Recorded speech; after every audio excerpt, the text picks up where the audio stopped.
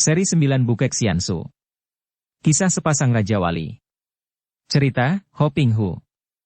Audiobook, novel silat. Bab 37. Apa? Dia sudah membuka lebar daun pintu dan berlari ke ruangan, diikuti oleh Tek Hoat sedangkan Hekwan Kuibo tetap menjaga di depan pintu kamar Shanti Dewi. Memang bagi dua orang kakak beradik Pangeran Liong, urusan pemberontakan mereka merupakan hal terpenting bagi hidup mereka. Oleh karena itu tidak mengherankan apabila Pangeran Liong Kaiong segera melupakan semua kesenangan pribadinya begitu mendengar berita diserbunya Koan Bun oleh Raja Tambolon. Ketika dia tiba di ruangan itu, Panglima Kimbo Usin, Siang Lomo, Hek Tiao Lomo, dan Mau Xiao Moli sedang mendengarkan pelaporan lengkap dari pembawa berita itu. Kemunculan pangeran ini mengharuskan si pengawal mengulang semua laporannya. Mereka datang sebagai sahabat, pengawal itu menutup laporannya. Akan tetapi begitu pintu gerbang dibuka untuk membiarkan Raja Tambolon dan para pengikutnya masuk, tiba-tiba rombongan Raja liar itu membunuhi penjaga pintu gerbang dan pasukannya yang bersembunyi dalam gelap langsung menyerbu ke dalam kota. Pangeran Liong Qiong marah sekali mendengar ini. Raja biadab itu. Panglima Kimbo Usin, kita harus menghajar dan menumpas mereka. Panglima Kimbo Usin segera mengumpulkan para perwira pembantunya dan menyiapkan pasukan yang besar untuk membantu Koan Bun dan menumpas pasukan liar Tambolon itu. Tek Hoat maklum bahwa karena dia yang mengusulkan untuk membiarkan Tambolon dan pasukannya menetap di Angkiok Teng, sudah sepatutnya kalau dia yang kini membantu dan ikut memimpin pasukan itu. Andai kata tidak ada Shanti Dewi di situ, tentu sudah tadi dia mengajukan diri. Kini dia berpendapat lain dan kecerdikannya membuat dia cepat berkata kepada Panglima Kimbo Usin, akan tetapi tentu saja kata-katanya ini ditujukan untuk menarik perhatian Pangeran Liong Kaiong. Tambolon seperti anjing, diberi sejengkal ingin sehasta. Manusia macam dia harus dibasmi, dan kesempatan yang amat baik ini hendaknya dipergunakan untuk menguji kesanggupan dua orang pembantu baru kita yaitu Hek Tiao Lomo dan Mau Xiao Moli. Hal-hal aneh terjadi, maka kita harus tetap waspada dan terutama keselamatan pangeran harus dijaga baik. Ucapan ini diterima baik oleh Panglima Kim dan juga Pangeran Liong. Maka segera diputuskan bahwa pasukan besar yang akan membantu Koan Bun itu selain dipimpin oleh para perwira, juga dibantu pula oleh Hek Tiao Lomo dan Mau Xiao Moli. Saya sendiri akan melakukan perondaan dan mengatur penjagaan ketat di Tengbun, karena dalam keadaan segawat ini, kita harus tetap waspada dan memperkuat penjagaan. Tek Hoat berkata pula dan tanpa menanti persetujuan, dia sudah keluar pula dan lenyap di dalam kegelapan malam. Pasukan besar yang diperbantukan kepada pertahanan kota Koan Bun itu segera berangkat pada malam hari itu juga. Sementara itu, dengan didampingi oleh Cheng Cheng dan Topeng Setan, Raja Tambolon, dua orang pengawalnya, yaitu Liao Kui si petani maut dan Yu Cipok si Siu Cai Lihai, memimpin 1000 orang pasukan yang liar itu malam-malam menyerbu Koan Bun. Seperti telah diceritakan oleh para pelapor kepada Pangeran Liong Kaiong, Tambolon menggunakan siasat, bersama 4 orang pembantunya yang lihai itu dia muncul di depan pintu gerbang selatan kota Koan Bun dan berteriak minta dibukai pintu karena dia hendak menemui komandan kota Koan Bun. Setelah kepala penjaga mengenal Raja Tambolon ini, jembatan gantung diturunkan dan pintu gerbang dibuka, Raja Tambolon, 2 orang pengawal, Cheng Cheng dan Topeng Setan, segera menyeberangi jembatan gantung dan secara tiba-tiba, 5 orang yang berkepandaian tinggi ini menyerang pasukan penjaga yang terdiri dari 20 orang lebih. Dalam waktu singkat saja mereka itu telah merobohkan semua penjaga dan pasukan liar itu segera menyerbu ke dalam kota. Gegerlah kota Koan Bun dan perang terjadi dengan hebatnya dan kacau balau karena penyerbuan yang tak terduga-duga itu membuat pasukan-pasukan pertahanan kota Koan Bun menjadi bingung. Kalau saja tidak datang pasukan bantuan dari Tengbun yang tiba di Koan Bun menjelang pagi, tentu kota Koan Bun sudah terjatuh ke tangan pasukan Tambolon. Kedatangan pasukan besar dari Tengbun ini membangkitkan kembali semangat sisa pasukan pertahanan Koan Bun dan perang dilanjutkan sampai keesokan harinya. Sebagian pasukan liar telah menduduki separuh dari kota Koan Bun akan tetapi sebagian pula kini bertempur di luar pintu gerbang untuk menahan serbuan pasukan pemberontak yang datang dari Tengbun. Perang hebat terjadi di dalam kota Koan Bun dan juga di luar kota itu. Akan tetapi kini pasukan liar di bawah pimpinan Tambolon terjepit antara dua pasukan yang berada di dalam dan yang datang dari luar. Karena jumlah mereka jauh kalah banyak, maka mulailah mereka terhimpit dan korban-korban berjatuhan. Tambolon sendiri seperti biasa dibantu oleh dua orang pengawalnya yang setia, ikut berperang dan mengamuk ganas. Juga Cheng Cheng dan Topeng Setan bertempur bahu-membahu, merobohkan banyak tentara pemberontak. Diam-diam kedua orang ini merasa girang sekali melihat betapa siasat mereka berhasil baik. Bahkan bukan saja mereka dapat mengadu domba antara pasukan-pasukan liar Tambolon dan pasukan pemberontak, juga mereka memperoleh kesempatan ikut pula bertempur membasmi para pemberontak. Akan tetapi kini pasukan liar Tambolon ini mulai terdesak hebat. Yang mempertahankan diri di luar terhadap serbuan pasukan pemberontak yang datang dari Tengbun kini didesak masuk kota oleh pasukan besar pemberontak itu. Kini semua pasukan liar yang berperang seperti binatang-binatang buas itu telah digiring masuk ke dalam kota Koanbun dan di dalam kota ini terjadilah peristiwa-peristiwa mengerikan. Bukan hanya perang antara anak buah pasukan-pasukan yang berlawanan, melainkan pasukan itu terpecah-pecah dan terjadilah perang campuh kacau balau yang menyeret pula penduduk kota Koanbun. Seluruh kota menjadi kacau dan di sana-sini terjadi pembakaran-pembakaran. Mayat-mayat bergelimpangan di mana-mana. Pasukan liar itu makin terjepit. Mereka terdiri dari orang-orang liar dan buas yang kalau sedang berperang seperti berubah menjadi binatang-binatang buas sehingga mereka itu telah menjatuhkan banyak sekali lawan dalam perang campuh itu. Setiap orang anggota pasukan Tambolon ini baru roboh kalau sedikitnya telah menjatuhkan 3 orang lawan.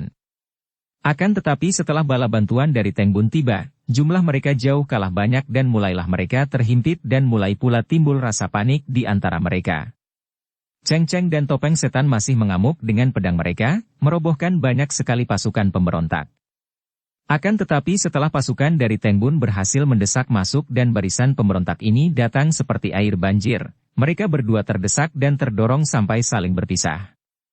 Di antara kekacauan yang terjadi di Koanbun itu, di antara ribuan orang penduduk yang menjadi panik dan ketakutan, terdapat seorang pemuda yang bersembunyi di atas wuungan rumah dan menonton perang campuh itu dengan hati tertarik sekali. Ketika dia mendengar bahwa pasukan liar yang dipimpin Tambolon menyerbu kota Koanbun, dia terkejut dan merasa heran. Akan tetapi setelah menyaksikan perang hebat antara pasukan liar ini melawan pasukan-pasukan pemberontak, hatinya menjadi girang. Pemuda ini adalah Suma Qianli. Dia tidak mengerti mengapa sekutu pemberontak, pasukan kuat dari suku bangsa liar yang dipimpin Tambolon itu menyerbu Koanbun dan memerangi pasukan pemberontak, sekutu mereka sendiri. Akan tetapi hal ini tentu saja menguntungkan pemerintah, maka Qianli menjadi girang ketika dia menyaksikan perang campuh kacau balau yang terjadi di bawah itu. Pemuda ini masih belum meninggalkan Koanbun karena dia ingin mencari suhengnya, adiknya dan Shanti Dewi yang terpisah darinya.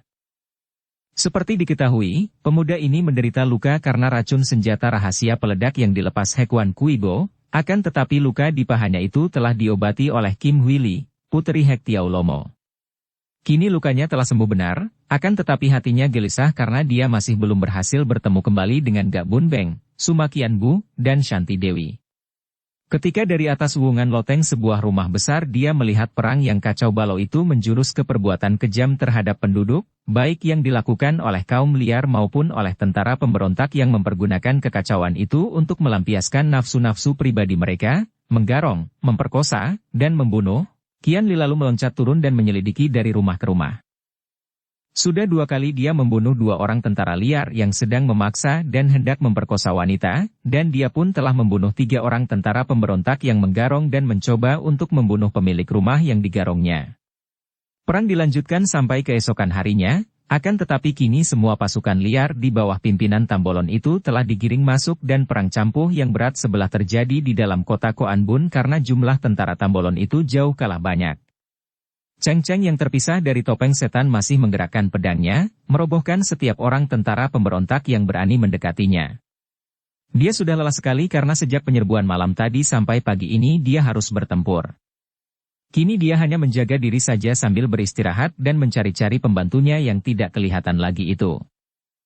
Perang dilanjutkan dan kini pihak pemberontak mulai melakukan pembersihan karena sisa tentara liar itu sudah cerai-berai dan mulai main kucing-kucingan bersembunyi di antara rumah-rumah penduduk Koanbun. Dengan cara demikian, mereka masih mampu melakukan perang gerilya yang tentu saja makin mengacaukan kota itu dan membuat geger para penduduk karena tempat tinggal mereka dipergunakan sebagai tempat persembunyian, kejar-kejaran dan saling bunuh. Sehari itu pihak pasukan liar hanya mampu mempertahankan diri sambil bersembunyi di sana-sini dan akhirnya, ketika malam tiba, sisa mereka tinggal sedikit dan mereka kini hanya berani melawan kalau ketahuan tempat sembunyi mereka dan hanya karena terpaksa saja. Cheng Cheng makin bingung karena tidak melihat topeng setan. Dia mencari-cari ke seluruh kota namun tidak berhasil karena dia pun harus selalu menghindari pertemuan dengan pasukan-pasukan pemberontak yang mengadakan operasi pembersihan. Dia tadi melihat bahwa pasukan pemberontak itu dipimpin oleh seorang kakek raksasa dan seorang wanita cantik yang amat lihai. Dapat dibayangkan betapa heran dan kagetnya ketika dia mengenal kakek itu yang bukan lain adalah Hektiao Lomo, raksasa lihai sekali ketua Pulau Neraka yang pernah dijumpainya, bahkan pernah menangkapnya di Lembah Bunga Hitam, ayah dari Kim Hui Li yang pernah menolong dan membebaskannya. Cheng Cheng gentar menghadapi raksasa itu, dan pula, selain dia amat lelah, juga dia telah merasa puas dengan siasatnya, menghancurkan pasukan Tambolon dan merugikan besar sekali kepada pasukan pemberontak. Cheng Cheng menjadi bingung juga karena hari telah menjadi gelap dan hanya terjadi pertandingan-pertandingan kecil di sana-sini antara sisa tentara Tambolon yang ketahuan tempat persembunyian mereka melawan pasukan pemberontak yang mengadakan pembersihan. Dia masih belum berhasil menemukan kembali topeng setan. Dan tadi dia melihat sinar dari anak panah berapi meluncur tinggi di angkasa, berwarna kebiruan dan indah. Dia tidak tahu apa artinya anak panah berapi itu yang meluncur dari tengah kota Koan Bun.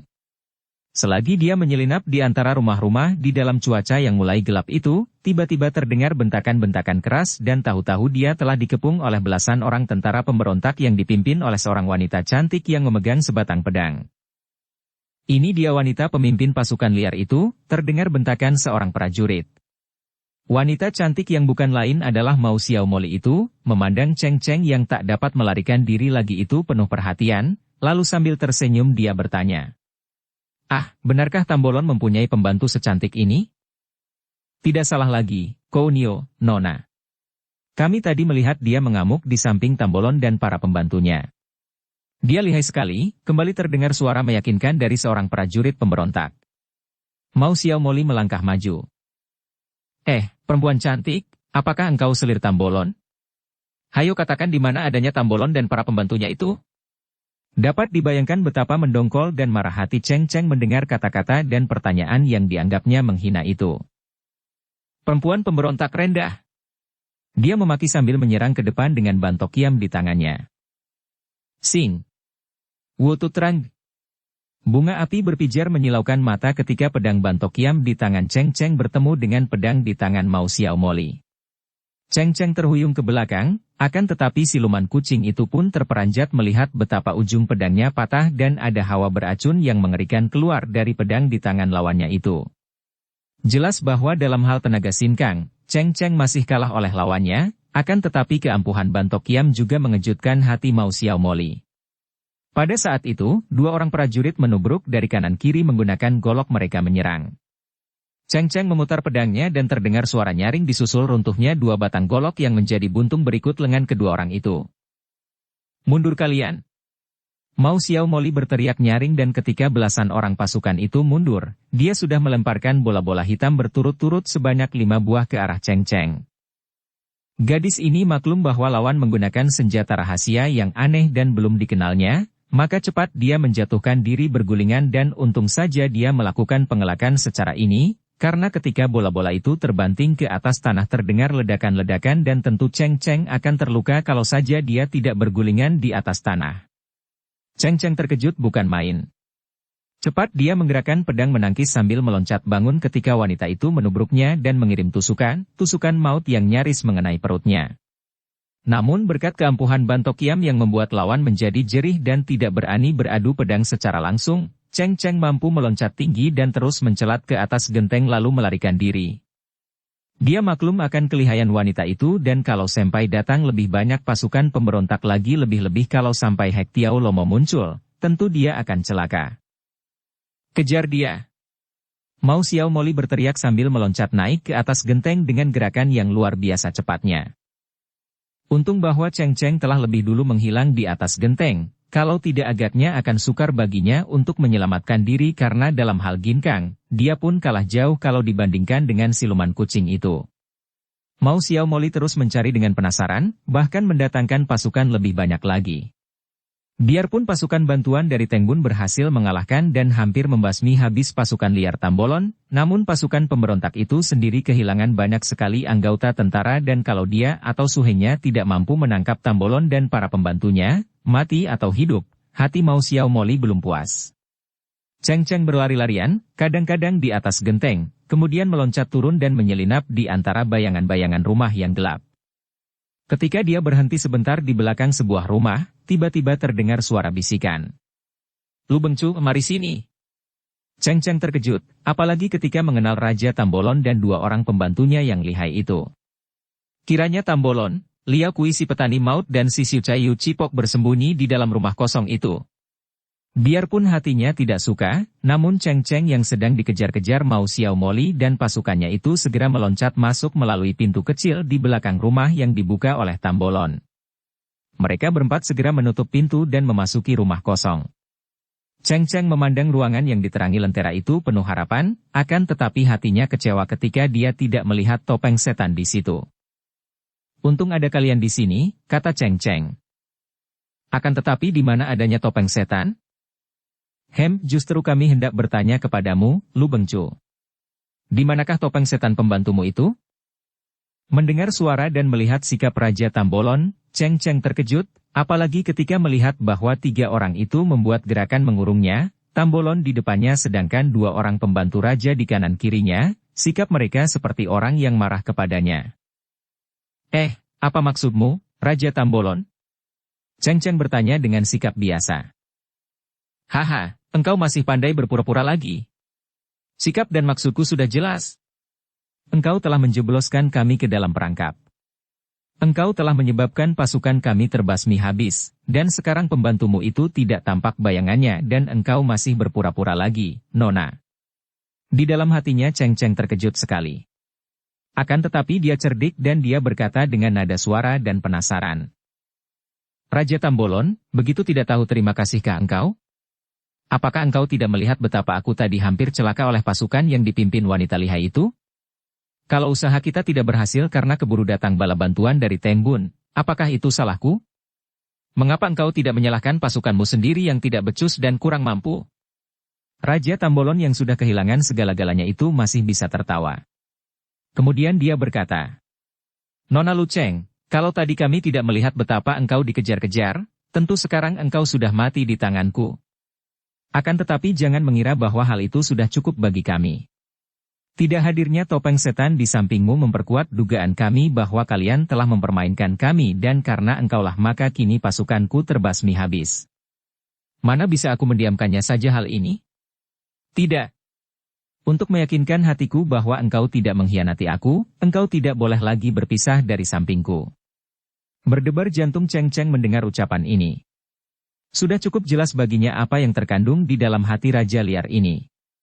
Akan tetapi untuk mengulur waktu sambil memutar otaknya mencari akal dia berpura-pura tidak mengerti dan bertanya. "Maksudmu?" "Hahaha. Pasukanku boleh terbasmi habis, akan tetapi aku masih mempunyai dua orang sahabat dan pembantuku yang setia ini, ditambah lagi memiliki engkau yang cantik jelita, muda lagi pintar dan cerdik sebagai sahabat dan penghiburku, sebagai permaisuriku. Dengan adanya kita berempat, mudah bagi kita untuk menghimpun pasukan lagi dan membangun sebuah negara yang kuat, hahaha." Makin berdebar rasa jantung Cheng Cheng. Tepat seperti telah diduganya. Akan tetapi melihat Tambolon dan dua orang pembantunya itu menghadapi dengan sikap siap untuk menghalangi dia melarikan diri, dia masih berkata, "Rencanamu memang bagus sekali, akan tetapi bagaimana dengan topeng setan?" "Dia? Hahaha. Kalau memang dia itu bukan pengkhianat dan saat ini tidak bergabung kepada musuh, dia pun bisa menjadi orang kelima, bisa menjadi pembantuku. Akan tetapi kalau tidak muncul, persetan dengan dia. Kita berempat sekarang juga harus kabur keluar dari kota terkutuk ini. Engkau memang manusia hina." Tiba-tiba Cheng Cheng membarengi makiannya itu dengan gerakan kedua tangannya yang menyebar jarum-jarum hitam beracun yang tadi diam-diam sudah disiapkannya di kedua tangannya. Hei, Hiat. Tambolon dan dua orang pembantunya itu memang bukan orang-orang sembarangan. Mereka bertiga itu selain memiliki ilmu kepandaian tinggi, juga sudah puluhan tahun menghadapi segala macam keadaan sehingga tentu saja mereka sudah waspada akan akal yang dipergunakan Cheng Cheng tadi yang mereka anggap tiada lebih sebagai akal kanak-kanak saja. Maka begitu kedua tangan darah itu bergerak dan ada sinar hitam menyambar ke arah mereka, tiga orang ini sudah bergerak cepat, membuang diri ke bawah dan bergulingan sehingga serangan jarum-jarum beracun yang mendadak itu dapat mereka elakkan. Akan tetapi kesempatan ini cukup bagi Cheng Cheng untuk secepat kilat meloncat keluar dari rumah itu melalui jendela, terus berloncatan ke atas genteng melarikan diri karena dia maklum bahwa menghadapi tiga orang pandai itu dia tidak akan mampu menang. Haha, betina liar, kau hendak lari kemana? Tambolon berseru dan bersama dua orang pembantunya, dia mengejar dengan cepat. Mereka bertiga juga memiliki ilmu meringankan tubuh yang membuat gerakan mereka cepat sekali sehingga setelah melewati 4 wungan rumah, Cheng Cheng yang meloncat turun telah dikurung lagi di sebelah kebun kosong yang sunyi. Hahaha, sungguh hebat. Makin liar dan hebat engkau melawan, akan makin manis dan mesra kalau engkau sudah terjatuh ke dalam pelukanku, haha. Tambolon tertawa bergelak. Tambolon, manusia iblis. Kau hanya dapat menguasai aku kalau aku sudah dapat menjadi mayat. Cheng Cheng berteriak sambil mencabut pedangnya, yaitu Bantok Kiam yang mengeluarkan hawa mujizat dan menyeramkan. Dengan nekat Cheng Cheng yang maklum bahwa melarikan diri pun percuma saja lalu menerjang maju dan menggerakkan pedangnya yang mengandung hawa beracun itu dengan sengit dan membabi buta. Akan tetapi jangankan dikurung bertiga, baru melawan seorang di antara mereka saja Cheng Cheng tidak akan mampu menang.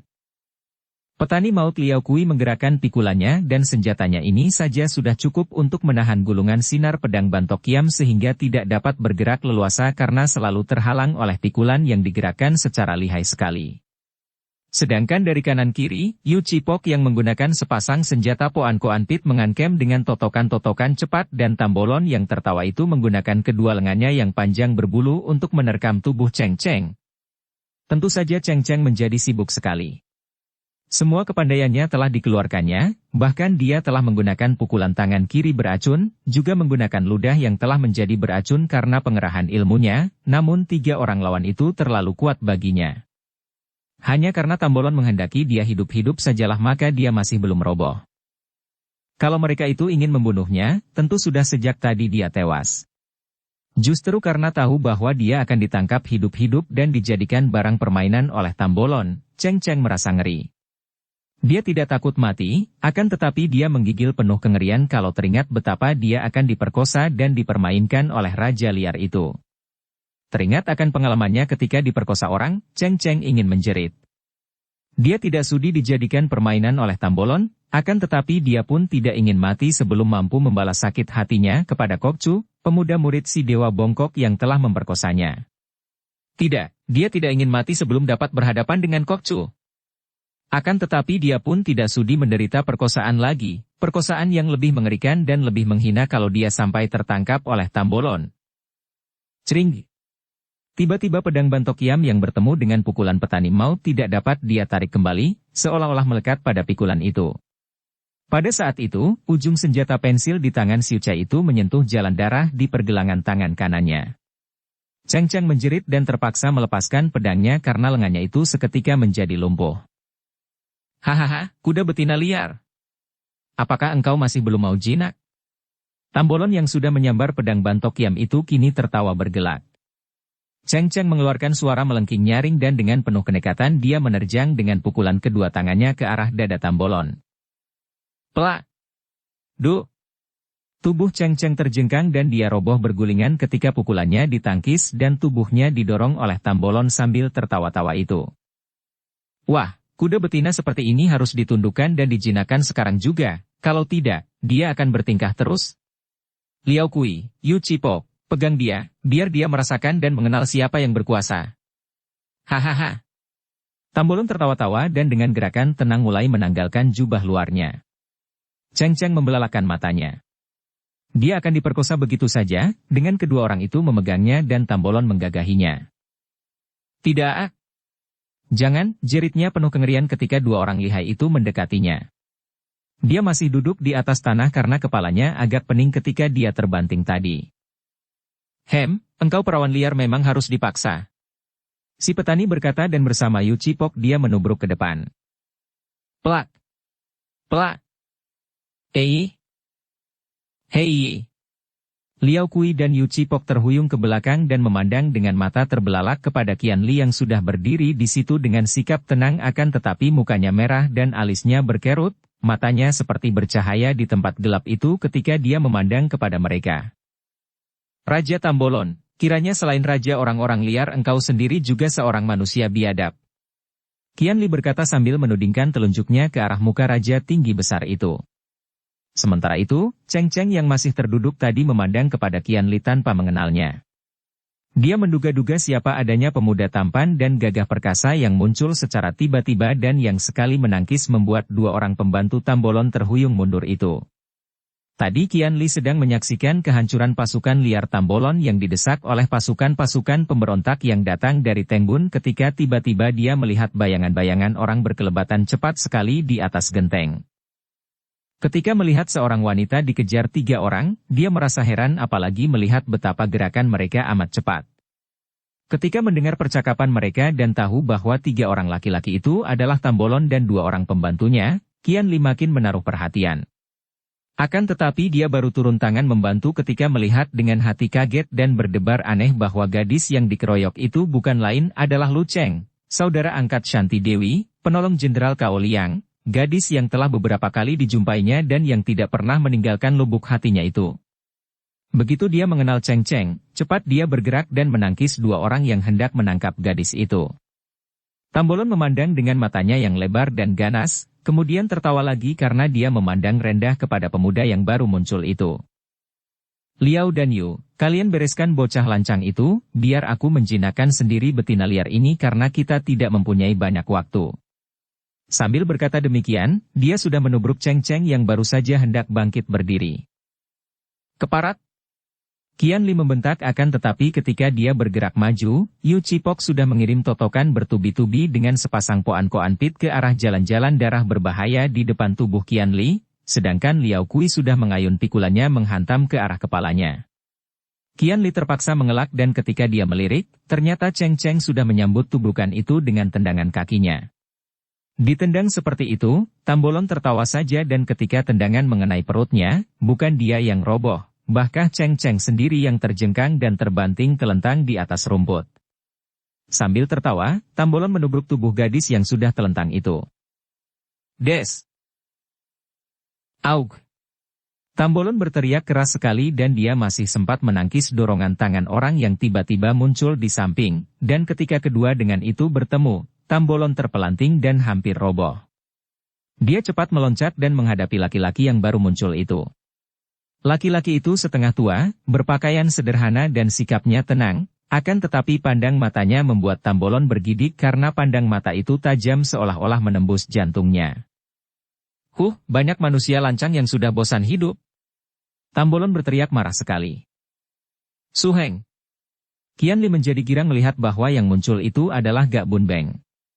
Bun Beng hanya tersenyum kepadanya, akan tetapi dia tidak sempat bicara karena Tambolon yang marah karena kehendaknya selalu dirintangi orang itu sudah menerjangnya dengan dahsyat. Raja liar itu memang hebat. Dia adalah keturunan seorang panglima Mongol yang berilmu tinggi dan serangannya itu dibarengi dengan pekik dahsyat yang mengandung kaikang kuat sekali sedangkan tangannya yang memukul ke arah Bun Beng juga mengandung pengerahan tenaga sinkang yang amat besar. Bun Beng sudah mendengar akan kehebatan Raja liar ini dan kini melihat gerakan pukulan itu yang didahului oleh suara angin pukulan bersiutan diam-diam dia menjadi kagum juga. Seorang manusia biadab yang hidupnya liar dapat memiliki tingkat kepandaian seperti ini, sungguh mengagumkan dan jarang ada. Maka dia pun cepat menggerakkan tangannya, didorong ke depan untuk menyambut hantaman lawan itu. Melihat ini Tambolon menjadi girang. Selama ini, dia terkenal dengan pukulan mautnya dan belum pernah ada orang berani menerima pukulannya yang memiliki kekuatan ribuan kati. Batu karang pun pecah terkena pukulannya dan hawa pukulannya dapat membuat air di dalam sumur bergelombang. Kini lawannya yang sederhana ini berani menyambut pukulannya, dasar mencari jalan kematian yang cepat, pikirnya. Des! 2 telapak tangan bertemu di udara didahului oleh bertemunya hawa pukulan yang amat hebat dan akibatnya membuat Tambolon terhuyung ke belakang sampai 3 langkah.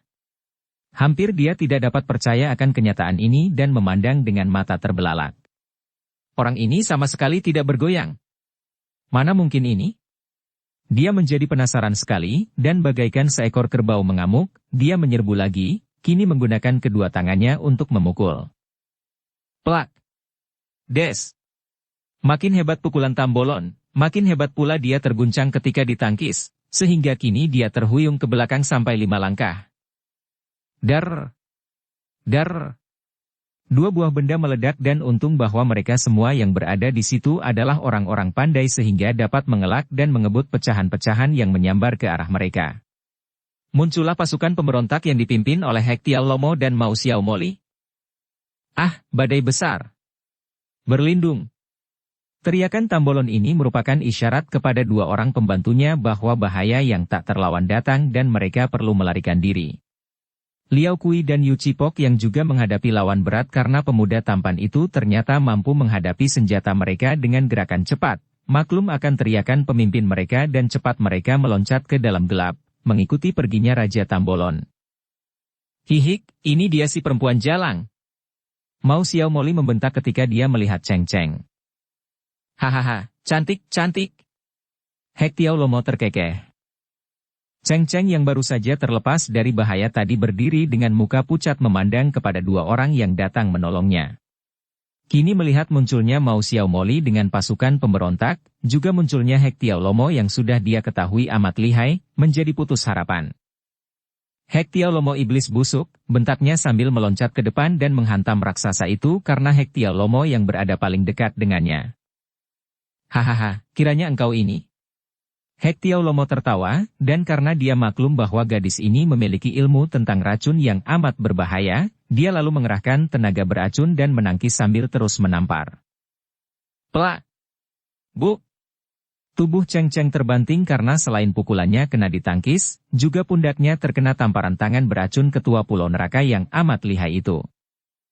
Hek Tiao Lomo manusia keji! Qian Li yang tadinya ingin mengejar Tambolon, melihat Cheng Cheng roboh terpukul, menjadi marah sekali dan dia sudah menerjang raksasa itu dengan pukulan tangannya. Duk-duk des!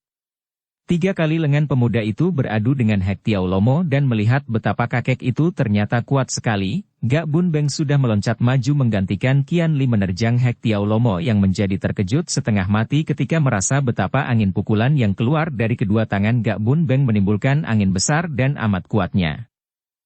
Sute, kau selamatkan dulu gadis itu dan tinggalkan tempat ini. Bun Beng berseru. Qian Li meloncat ke dekat Cheng Cheng yang masih rebah. Ketika dia mengangkat bangun gadis itu, Cheng Cheng mengeluh. Ah, engkau terluka, Nona. Mari kupondong keluar dari kepungan mereka, akan tetapi Cheng Cheng menggeleng kepalanya. Tidak usah, aku akan melawan mereka sampai napas terakhir. Tidak, Nona. Su Hengku mampu menahan mereka, marilah, akan tetapi kembali Cheng Cheng menolak dan tiba-tiba terdengar suara ketawa mengejek. Hihik, percuma kau membujuk orang muda yang tampan. Dia sudah keracunan dan akan mampus. Engkau sungguh hebat, muda, ganteng, dan lihai. Menyerahlah saja, dan engkau akan menikmati kesenangan bersama aku, hihik. Dari dada wanita itu lalu terdengar suara mirip suara kucing. Qian Li terkejut, cepat dia meloncat berdiri melindungi di depan Cheng Cheng yang masih duduk di atas tanah sambil memegangi pundaknya yang tadi terpukul oleh Hek Tiao Lomo. Kiranya engkau yang disebut siluman kucing itu? Dia teringat akan penuturan Kim Hui Li putri ketua Pulau Neraka tentang bibi gurunya yang lihai ini, yang katanya malah lebih lihai daripada Hek Wan Kuibo yang telah melukai pahanya dengan obat peledak. Mengertilah dia kini bahwa yang melepaskan senjata peledak sehingga menakutkan Tambolon tadi adalah wanita ini. Mao Xiao Moli tersenyum dan nampak deretan giginya yang putih rapi dan menarik sekali. Kiranya engkau sudah mengenal aku, pemuda ganteng. Kebetulan sekali kalau begitu. Sumoy, apa perlunya mengobrol? Cepat tangkap atau bunuh mereka dan lekas kau membantuku. Tiba-tiba Hek Tiao Lomo berteriak. Kiranya ketua Pulau Neraka ini mulai terdesak oleh Gak Bun Beng. Makin lama Hektiau Lomo menjadi makin kaget dan heran melihat betapa lawannya ini benar-benar amat hebat kepandaiannya sehingga semua ilmu pukulannya yang beracun mampu ditangkisnya tanpa melukainya, bahkan dia yang selalu tergetar dan terdorong oleh hawa pukulan yang kadang-kadang panas dan kadang-kadang dingin amat luar biasa. Mao Xiao Moli lalu memberi aba-aba dan para prajurit pemberontak serentak maju mengepung dan mengeroyok. Cheng Cheng yang masih menyeringai kesakitan, sudah melompat berdiri dan mengamuk dengan kaki tangannya, karena pedangnya Bantok Kiam telah dirampas oleh Tambolon. Biarpun bertangan kosong, gadis ini masih hebat sekali karena dia menggunakan pukulan-pukulan beracun, sehingga setiap orang prajurit pemberontak yang terkena pukulannya tentu terjungkal dan tak dapat bangkit kembali. Akan tetapi setiap kali merobohkan lawan dengan pengerahan tenaga, darah ini mengeluh lirih dan makin lama gerakannya menjadi makin lemah.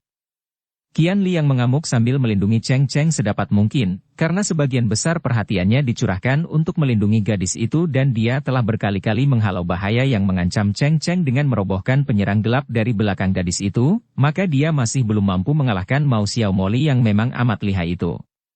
Gerakan siluman kucing itu cepat sekali, ginkangnya sudah mencapai tingkat tinggi sehingga karena dia tidak berani menjauhi Cheng Cheng, maka sukar baginya untuk dapat merobohkan wanita itu. Sedangkan Ga Bun Beng yang mulai mendesak hebat kepada Hektiau Lomo, juga terpaksa harus membagi tenaganya untuk menghadapi pengeroyokan prajurit-prajurit pemberontak yang makin banyak itu. Tiba-tiba terdengar suara ledakan-ledakan agak jauh, disusul sorak-sorai dan pekik banyak sekali manusia yang agaknya datang dari luar tembok kota. Tak lama kemudian, terdengar teriakan-teriakan di antara prajurit pemberontak yang berlari-larian di dekat tempat itu. Celaka, barisan pemerintah menyerbu benteng. Kita telah dikurung. Kita terjebak. Mereka telah membobolkan pintu gerbang di 3 tempat. Teriakan-teriakan itu terdengar dengan jelas dan membikin panik para pengeroyok, termasuk Hektiau Lomo dan Mao Xiao Moli. Sumai, apa artinya itu? Beberapa kali ketua Pulau Neraka itu berteriak sambil terus mundur dari desakan Bun Beng, mengandalkan pengeroyokan puluhan orang prajurit itu. Entah, Su Heng. Mao Xiao Moli menjawab bingung dan dia pun tidak begitu mendesak lagi kepada Qian Li sehingga pemuda ini dengan leluasa dapat membantu dan melindungi Cheng Cheng dari pengeroyokan puluhan orang prajurit pemberontak yang sudah menjadi gelisah itu. Suara gemuruh itu makin lama makin dekat dan tak lama kemudian makin banyak prajurit pemberontak yang lari cerai-berai, agaknya ketakutan. Hai! Tikus-tikus bernyanyi kecil, pengecut-pengecut tak tahu malu. Hektiau Lomo berteriak marah. Kenapa kalian berlari-larian? Apa yang terjadi? Suaranya nyaring sekali mengatasi suara hiruk-pikuk dan dia telah meninggalkan Ga Bun Beng yang masih dikeroyok oleh puluhan orang prajurit pemberontak. Barisan pemerintah menyerbu ke dalam kota Kuan Bun seperti banjir. Kita telah terjebak dan dikurung. Seorang perwira pemberontak menjawab dengan muka pucat. Hektiau Lomo terkejut sekali. Dia dan sumoinya mencampuri urusan pemberontakan karena kebetulan saja melihat gerakan para pemberontak dan ingin membonceng agar dapat memperoleh kedudukan dan kemuliaan, maka mereka telah menawarkan diri membantu. Siapa tahu, belum apa-apa sudah nampak gejala kegagalan pemberontakan ini, bahkan kini mereka terhimpit di dalam kota Kuan Bun. Sumoi, tidak lekas pergi mau tunggu apa lagi, teriaknya. Karena ketua Pulau Neraka ini pun jerih menghadapi Ga Bun Beng yang memiliki kepandaian amat tinggi itu. Akan tetapi tiba-tiba datang pasukan pemerintah di tempat itu dan seorang pemuda tinggi besar meloncat dengan gerakan kilat dan tahu-tahu telah berada di depan Hektiau Lomo sambil membentak. Hektiau Lomo pencuri rendah. Kiranya engkau berada di sini pula menjadi kaki tangan pemberontak. Hayo cepat kembalikan sebagian kitab yang kau curi dari istana gurun pasir. Orang muda lancang mulut. Siapa kau? Aku adalah murid majikan istana gurun pasir yang diutus suhu untuk merampas kembali kitab pusaka dan memberi hajaran kepada pencurinya. Bocah sombong. Biarpun telah berkali-kali bertemu lawan tangguh, Hektiau Lomo masih memandang rendah orang lain dan menghadapi pemuda tinggi besar itu dia pun memandang rendah, lalu menyerang dengan tiba-tiba. Des! Pukulan majikan Pulau Neraka itu ditangkis oleh pemuda itu dan kagetlah Hektiau Lomo ketika tangkisan itu membuat dia terdesak ke belakang. Baru dia percaya bahwa murid si Dewa Bongkok ini lihai sekali.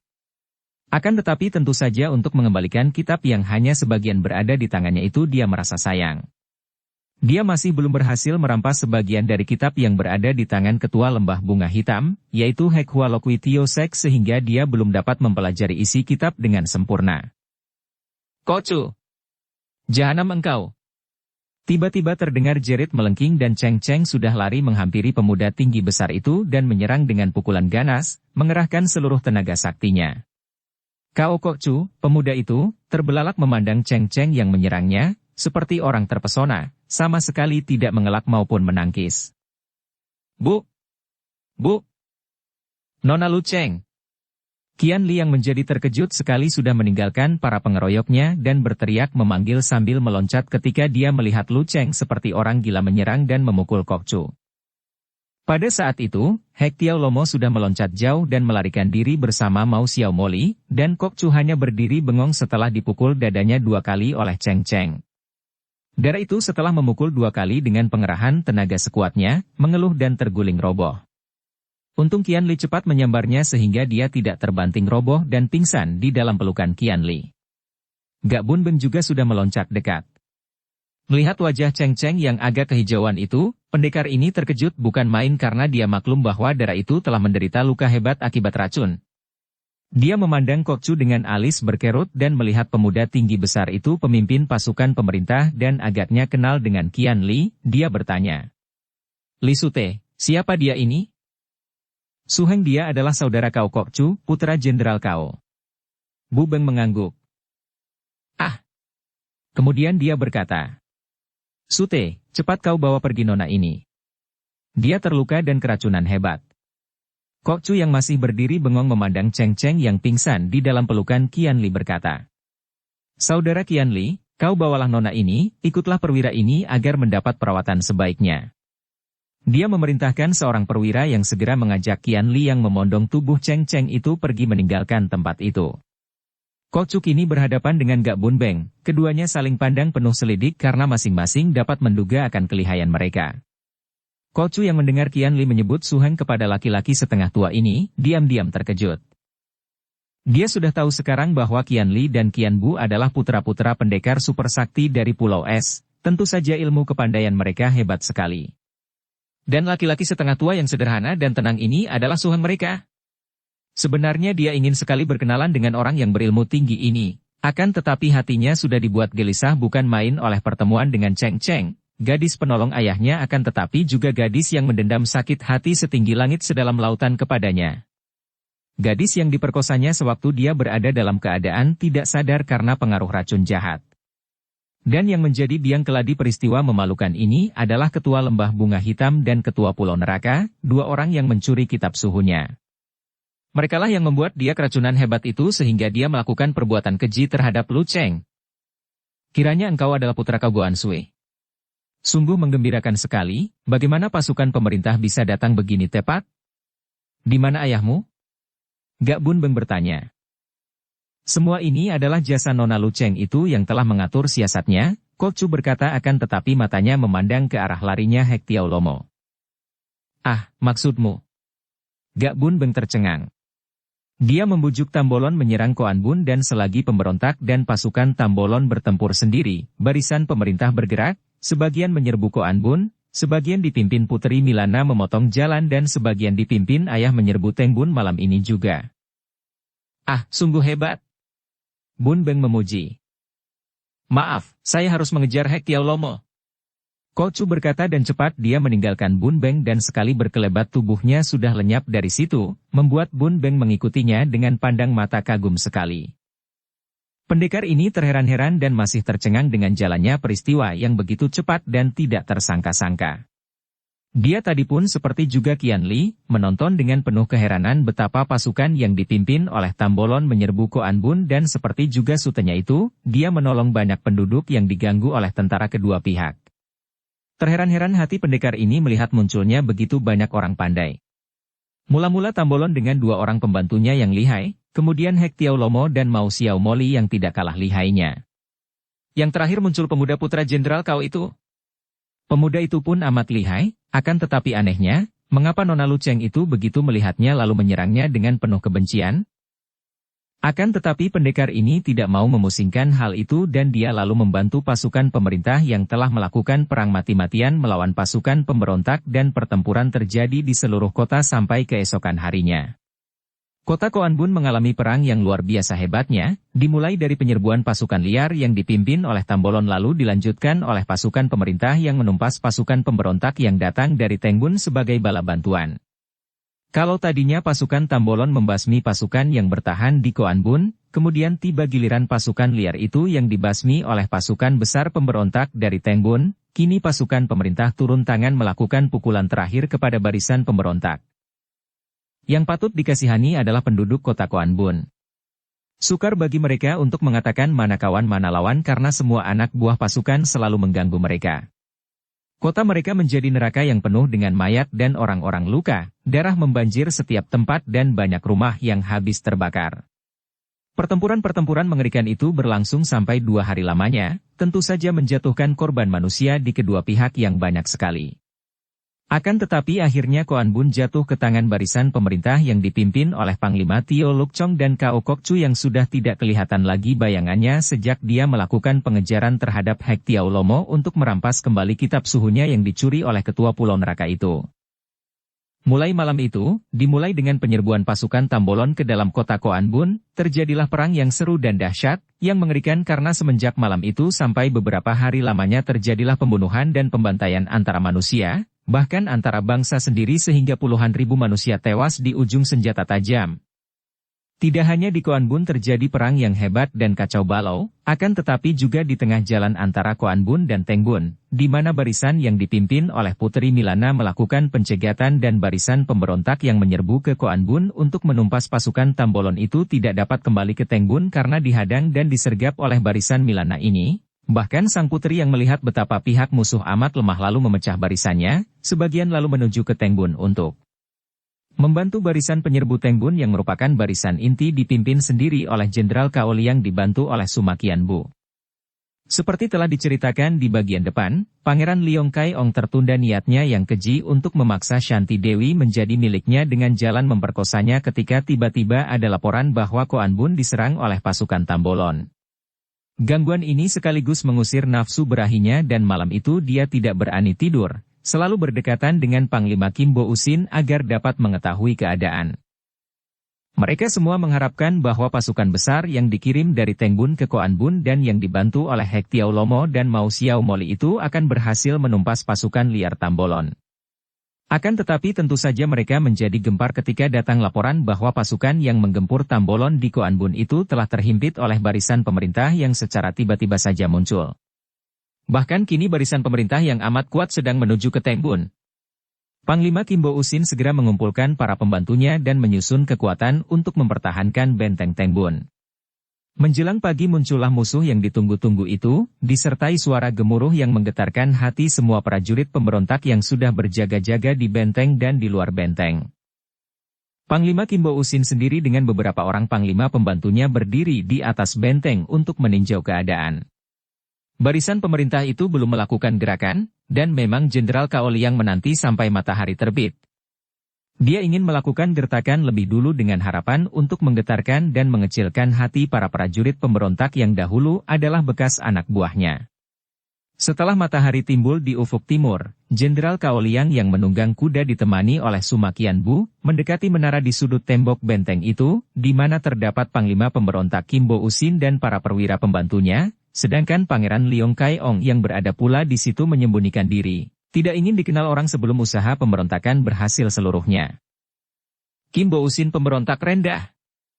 Jenderal Cao berseru sambil mengerahkan tenaganya sehingga suaranya terdengar oleh mereka yang berada di menara dan juga oleh sebagian besar prajurit pemberontak yang sudah berjaga di atas tembok benteng. Apakah engkau masih belum insyaf betapa pemberontakanmu telah mendekati akhir dan kehancuran? Koanbun sudah terjatuh kembali ke tangan kami. Pasukanmu yang kesana malam tadi telah terbasmi, demikian pula sekutumu Tambolon sudah dihancurkan. Lebih baik engkau menakluk dan mengakui dosamu daripada mengorbankan nyawa ribuan prajurit yang hanya terkena hasutanmu. Keparat dia. Hujani anak panah. Pangeran Liong Kai Ong membentak marah sekali karena dia maklum betapa berbahayanya suara jenderal itu terdengar oleh para prajurit, Karena jenderal itu merupakan seorang tokoh besar dalam ketentaraan yang amat disegani. Dia sudah melihat betapa wajah para pengawal dan prajurit yang berada di menara itu berubah pucat mendengar suara ini. "Lepaskan anak panah!" Tiba-tiba Kimbo Usin memberi aba-aba, karena dia sendiri pun marah dan merasa tidak mampu untuk menjawab ucapan Jenderal Kao di bawah itu. Para prajurit pasukan panah segera melakukan perintah ini dan anak panah meluncur ke bawah seperti hujan banyaknya. Melihat ini, Qian Bu cepat memutar pedang yang diterimanya dari Jenderal Kao dan tampaklah segulungan sinar berkilauan yang membuat anak panah yang menyambarnya runtuh semua. Juga Jenderal Kao telah memutar pedangnya, kemudian berkata kepada Qian Bu, "Tai Hiap, kau lindungilah aku. Aku harus membalas kecurangan mereka itu." Qian Bu lalu meloncat turun dari atas kudanya dan bergerak-gerak memutar pedangnya yang kini berubah menjadi sinar bergulung-gulung menyelimuti mereka berdua.